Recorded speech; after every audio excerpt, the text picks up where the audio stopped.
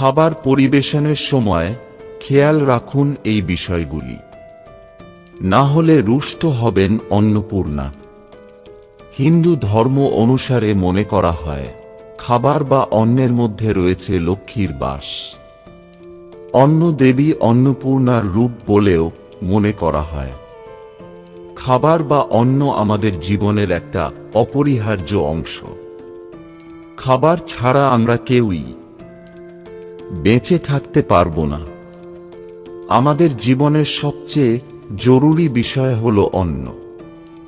তাই কথায় বলে অন্ন চিন্তা চমৎকারা, অর্থাৎ খাবার জোগাড়ের চিন্তা মাথায় থাকলে তার পক্ষে আর অন্য কিছু করা সম্ভব হয় না। তাই খাবারের অসম্মান কখনো করতে নেই। খাবার অত্যন্ত সচেতনভাবে ব্যবহার করতে হয়। খাবার কখনো নষ্ট করতে নেই। যে বাড়িতে প্রচুর পরিমাণে খাবার নষ্ট করা হয় সেখানে লক্ষ্মী দেবী খুবই রুষ্ট হন। আমরা যখন খাবার খাই বা অন্যদের খাবার পরিবেশন করি তখন খেয়াল রাখতে হবে যে বাস্তুশাস্ত্র অনুসারে এর বিশেষ কিছু নিয়ম রয়েছে যা পালন করা অতি আবশ্যক। এই নিয়মগুলো সঠিকভাবে মেনে চলতে পারলে সংসারে উন্নতি হবে দ্বিগুণ পরিমাণে। দেখে নেওয়া যাক খাবার পরিবেশনের এই নিয়মগুলো কি কি।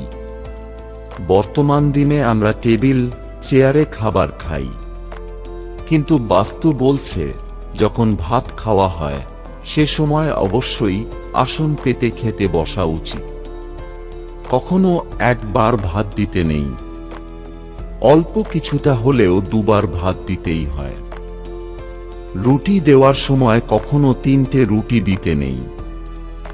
যদি 3টে রুটি একান্তই দিতে হয় তাহলে 3টে রুটি থেকে একটুখানি করে ছিঁড়ে নিয়ে তারপর দিতে হবে। খাবার সময় পূর্ব বা দক্ষিণ দিকে মুখ করে খেতে বসতে হয়। খাবার পরিবেশন করার সময় কখনো বাঁ হাত ব্যবহার করতে নেই। সব সময় ডান হাত দিয়ে খাবার পরিবেশন করতে হয়। খাওয়া শুরু করার আগে ইষ্টদেবতার নাম নিয়ে প্রণাম করে তবেই খাওয়া শুরু করতে হয়। কাউকে যখন ফল দেওয়া হয় তখন অবশ্যই মনে রাখতে হবে যে 1টা বা 3টে ফল দেওয়া যাবে না। খাবার শেষে সব সময় উচ্ছিষ্ট অর্থাৎ অল্প কিছু খাবার রেখে দিতে হয়। খাবার পরিবেশন করার আগে জল দিতে হয়। পরে কখনো জল দিতে নেই বা জল না দিয়ে কখনো খাবার আগে খেতে দিতে নেই। খাওয়া সম্পূর্ণ শেষ না করে কখনো খাওয়া ছেড়ে উঠতে নেই। কোনো কারণে খাওয়া অসম্পূর্ণ রেখে একবার পাত ছেড়ে উঠে গেলে সেই পাতে আর বসতে নেই।